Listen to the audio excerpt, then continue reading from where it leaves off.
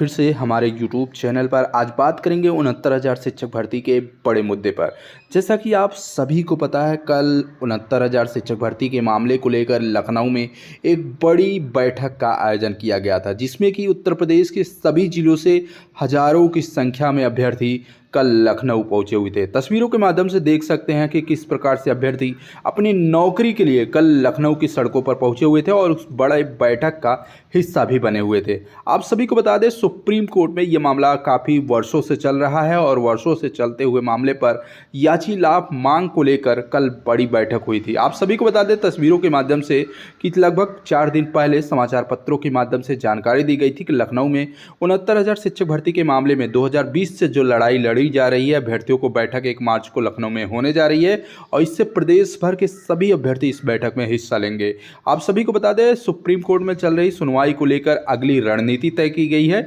और पिछड़ा दलित संयुक्त मोर्चा के जो अध्यक्ष हैं राजेश चौधरी जी, उन्होंने मीडिया प्रभारी हैं, उन्होंने बताया कि सुप्रीम कोर्ट में 19 मार्च को सुनवाई होने वाली है। इससे पहले एक बड़ी बैठक लखनऊ में आयोजित की जाएगी, जिससे रणनीति बनाई जाएगी और इस संबंध में किस तरह से अभ्यर्थियों को याची मिले, इसके लिए भी रणनीति तय की जाएगी। उन्होंने बताया कि आरक्षण पीड़ित प्रभावित अभ्यर्थी याची लाभ की मांग को लेकर लगातार कोशिश कर रहे हैं और इस बार उनका ये त्यौहार फीका पड़ने वाला है, इसलिए अभ्यर्थियों ने तय किया है कि 19 मार्च को यह तैयारी नियुक्ति में बदल जाए। फिलहाल आप सभी को बता दें, अभ्यर्थियों ने ये भी मांग की है कि परिषदीय विद्यालय में 69,000 सहायक अध्यापक भर्ती के आरक्षण मामले को लेकर याची लाभ की लड़ाई लड़ रहे इस बार अभ्यर्थी होली नहीं मनाएंगे। कई वर्षों से उनकी होली दीपावली सब कुछ नहीं मन रही है। कारण सिर्फ एक है कि उन्हें अभी तक नियुक्ति पत्र नहीं मिला है, उन्हें नौकरी नहीं मिल पाई है। आपको बता दें, 1 मार्च को होने वाली बैठक यानी कि कल जो बैठक हुई है लखनऊ में, जिसमें पिछड़ा दलित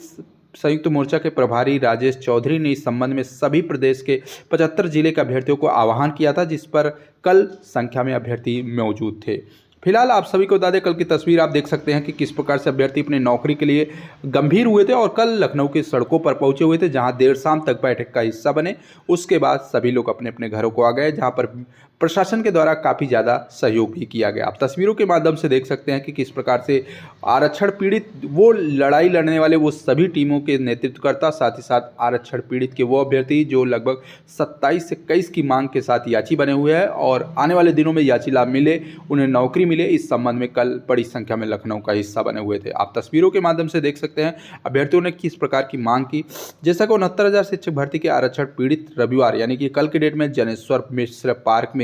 जहां पर पिछड़ा दलित संयुक्त मोर्चा के बैनर तले बैठक का हिस्सा बना, जहां पर सरकार से सुप्रीम कोर्ट में याची लाभ का प्रस्ताव प्रस्तुत करने की मांग भी की। जहां पर प्रदेश अध्यक्ष सुशील कश्यप, वहीं संरक्षक भास्कर सिंह यादव की अध्यक्षता में यह बैठक हुई है, जिसमें 19 मार्च की सुनवाई को लेकर रणनीति बनाई गई है। जहां पर अभ्यर्थियों का मानना है और कहना भी है कि प्रस्ताव पेश होने से आरक्षित वर्ग के उम्मीदवारों को राहत मिलेगी, जहां पर चेतावनी भी दी गई कि अगर मांग नहीं पूरी होती है तो विधानसभा का घेराव भी किया जाएगा। वहीं दूसरी तरफ अगर बात करें तो 68 अभ्यर्थियों ने भी अपनी नियुक्ति की मांग दोहराई है। 69,000 शिक्षक भर्ती के 6800 अभ्यर्थियों ने बेसिक शिक्षा निदेशालय के बाहर बैठक करके नियुक्ति की मांग की। अभ्यर्थियों का कहना है कि आरक्षण संबंधी विसंगतियों की वजह से उनकी नियुक्ति प्रक्रिया अटक चुकी है। सरकार द्वारा जारी की गई सूची से उन्हें उम्मीद तो लगी हुई थी, लेकिन मामला न्यायालय में लंबित होने की वजह से अभी तक नियुक्ति पत्र नहीं मिल पाया है। अभ्यर्थियों ने यह भी कहा है कि 19 मार्च की सुनवाई से अगर सरकार संबंधित अधिकारियों से मुलाकात करते हुए सरकार से उनका राय भी जानेंगे और उन्होंने आरोप भी लगाया कि यह सूची के आधार पर नियुक्ति नहीं दी गई है, यह दोहरा अन्याय होगा। उन्होंने सकारात्मक निर्णय लेने तक आंदोलन जारी रखने का संकल्प लिया। यानी कि आप सभी को बता दें, कल के डेट में जहां 19,000 याची लाभ की मांग करने वाले नेतृत्वकर्ता भास्कर सिंह यादव, वहीं सुशील कश्यप और मीडिया प्रभारी राजेश चौधरी के नेतृत्व में एक बैठक आयोजन किया गया था, वहीं दूसरी तरफ 6800 अभ्यर्थियों ने भी अपनी एक बैठक का हिस्सा कल लखनऊ में बनाया, जहां पर उन्होंने 6800 नियुक्ति की मांग को जल्द से जल्द पूरा करने की मांग सरकार से की और साथ ही साथ ये भी बताया कि जब तक उनकी मांग पर कोई सकारात्मक निर्णय नहीं लिया जाता, लखनऊ में उनका आंदोलन लगातार जारी रहेगा। इसके अलावा भी आप तस्वीरों के माध्यम से देख सकते हैं कि 19,000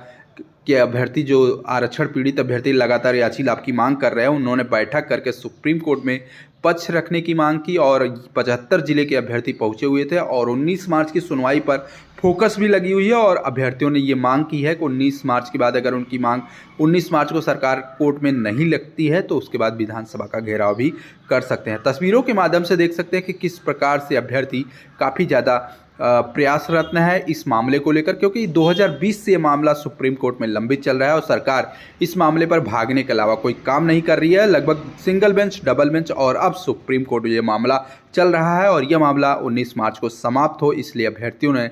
लखनऊ में बैठक की है और निर्णय लेने के लिए सरकार पर कहीं न कहीं एक प्रस्ताव भेजा है सोशल मीडिया के माध्यम से और ट्विटर के माध्यम से, यूट्यूब के माध्यम से, तमाम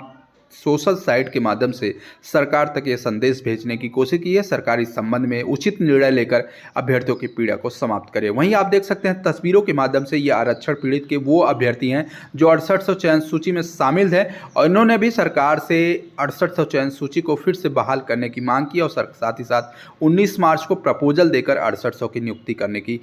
कहीं न कहीं डिमांड भी की है। फिलहाल आप देख सकते हैं तस्वीरों के माध्यम से और इसमें जानकारी भी दी गई है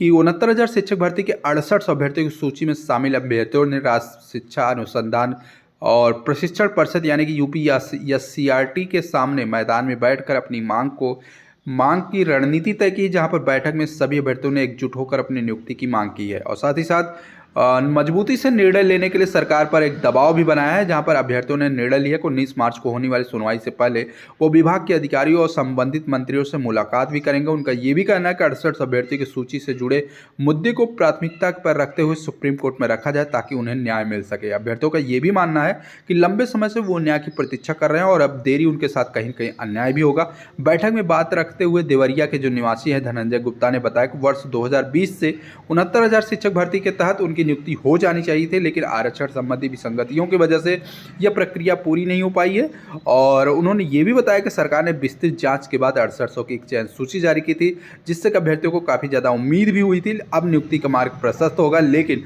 मामला न्यायालय में लंबित होने की वजह से अभी तक नियुक्ति संभव नहीं हो पाई है। उन्होंने ये भी कहा है कि इस सूची के आधार पर नियुक्ति नहीं दी जाती है तो अभ्यर्थियों के साथ यह दोहरा अन्याय होगा और कहीं की अपमान भी होगा। बैठक में उपस्थित रायबरेली के जो निवासी हैं कृष्णा चंदन ने बताया कि 69,000 शिक्षक भर्ती में 6800 की चयन सूची जारी की गई थी, जहां पर आरक्षण नियमों के अनुपालन में त्रुटियों को दूर करने के लिए यह सूची आरक्षण मानकों को पूरी तरह से पूरा करती है और विधि सम्मत भी मानी जाती है। उन्होंने सरकार से मांग की है कि सुप्रीम कोर्ट में इस सूची को लेकर मजबूती से पक्ष रखा जाए, प्रभावी पैरवी की जाए। अभ्यर्थियों ने यह भी स्पष्ट किया कि वो शांतिपूर्ण तरीके से अपने अधिकारियों को लड़ाई लड़ते रहेंगे, लेकिन अपनी नियुक्ति तक संघर्ष भी जारी रखेंगे। बैठक में गोरखपुर जिले से दीपक कुमार और लखनऊ से रंजीत कुमार और आजमगढ़ से अमर मौर्य भी शामिल थे। तो कहीं न कहीं कहना यह है कि 69,000 शिक्षक भर्ती मामले को लेकर काफ़ी ज़्यादा मामला गंभीर हो चुका है, जहां एक तरफ अभ्यर्थी याची लाभ की मांग को लेकर लगातार सरकार पर दबाव बना रहे हैं, समाचार पत्र, ट्विटर मीडिया, साथ ही साथ न्यूज़पेपर और कहीं न कहीं सांकेतिक रूप से दबाव बना रहे हैं। वहीं दूसरी तरफ 6800 अभ्यर्थी भी अपनी नियुक्ति के लिए लगातार कोशिश भी कर रहे हैं। फिलहाल अगली समाचार पत्रों के अधिक बात करें तो अलग अलग समाचार पत्रों के माध्यम से अभ्यर्थियों ने यह जानकारी देने की कोशिश की है कि सरकार उनके संबंध में निर्णय लेकर मामले को निस्तारण करने की दिशा में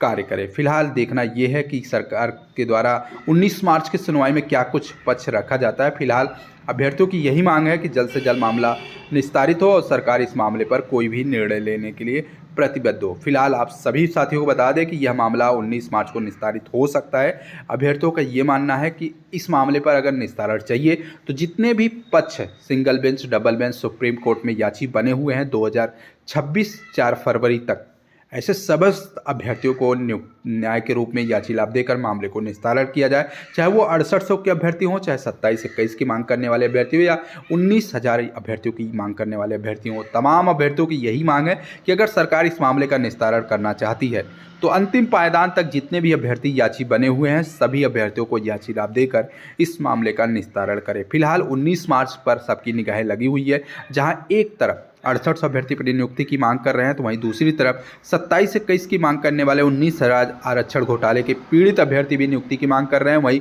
उत्तर कुंजी पीड़ित अभ्यर्थी भी न्याय के लिए लगातार कई वर्षों से इंतजार कर रहे हैं कि उनकी भी न्याय पूरी हो। और वहीं अगर बात करें तो सामान्य वर्ग के अभ्यर्थी जो इस भर्ती में इलीगल रूप से चयनित है, उनको भी कहीं न कहीं डर बना हुआ है। वो भी चाहते हैं कि अगर सरकार इन सभी अभ्यर्थियों को न्याय देना चाहती है तो न्याय देकर मामले का निस्तारण करे। फिलहाल आप सभी को बता दें इस भर्ती में हजारों अभ्यर्थी जो नौकरी पा चुके हैं और जो नौकरी पाने के लिए लगे हुए हैं, सभी लोगों की नज़र 19 मार्च की सुनवाई पर लगी हुई है और देखना ये है कि सरकार 19 मार्च की सुनवाई में क्या प्रपोजल लेके आती है। फिलहाल उम्मीद है कि मामला 19 मार्च को निस्तारित हो। इसके लिए सरकार ने 4 फरवरी को जिस प्रकार से तारीख ली है, उस प्रकार से उम्मीद है कि 19 मार्च को सरकार अपना प्रपोजल लाकर इस मामले सभी आरक्षण पीड़ित को न्याय देते हुए इस मामले को निस्तारित करेगी। और आने वाले दिनों में उत्तर प्रदेश में यूपी टेट का आयोजन किया जाएगा, उसके पश्चात सुपर टेट का आयोजन किया जाएगा, उसके बाद 2027 में चुनाव है। तो सरकार इस मामले को ज़्यादा लंबाई पर लपेटने की कोशिश नहीं करेगी और यह मामला 19 मार्च को निस्तारित भी होगा। फिलहाल देखना यह है। इसके अलावा अगर हम बात करें तो महत्वपूर्ण अपडेट पर, तो आप सभी को बता दें कि फिलहाल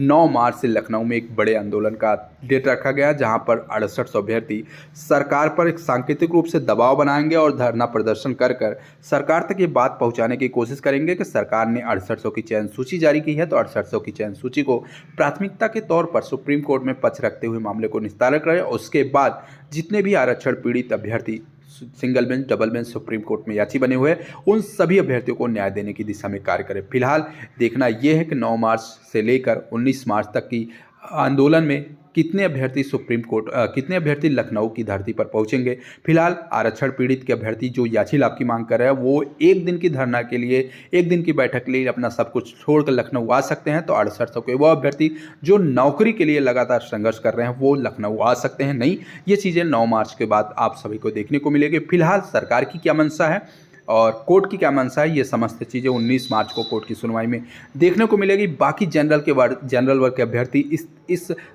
मामले को और भी लंबित न खींच पाए, इसलिए सभी आरक्षण पीड़ित अभ्यर्थी इस बार तन मन धन से लगे हुए हैं और उम्मीद है कि 19 मार्च की सुनवाई में ये मामला फाइनल हो और पीड़ित अभ्यर्थियों को न्याय मिले। फिलहाल जो भी अपडेट होगी लीगल तरीके से आपको इसी चैनल के माध्यम से बताते रहेंगे, तो चैनल से जरूर जुड़े रहिए। कल की मीटिंग और कल का बैठक काफ़ी ज़्यादा अहम हो चुका है आरक्षण पीड़ित अभ्यर्थियों के लिए और उम्मीद है कि 19 मार्च को यह मामला निस्तारित होगा और सरकार भी इस मामले को निस्तारित करने के लिए 19 मार्च को प्रपोजल लेकर कोर्ट में आएगी और समस्त आरक्षण पीड़ित अभ्यर्थी, चाहे वो 6800 हों, चाहे 6800 के अलावा 27 से 21 की मांग करने वाले वो आरक्षण पीड़ित जो single bench, double bench, supreme court में कहीं भी याची बने हैं, उन सभी अभ्यर्थियों को याची लाभ देकर मामले को निस्तारण कराए सरकार। फिलहाल देखना यह है कि 19 मार्च को सरकार की क्या मंशा है। जो भी अपडेट होगी, जो भी लीगल जानकारी होगी, आपको इसी चैनल पर मिलते रहेगा। तो चैनल को सब्सक्राइब कर लीजिएगा, वीडियो को अधिक से अधिक शेयर जरूर कीजिएगा। धन्यवाद।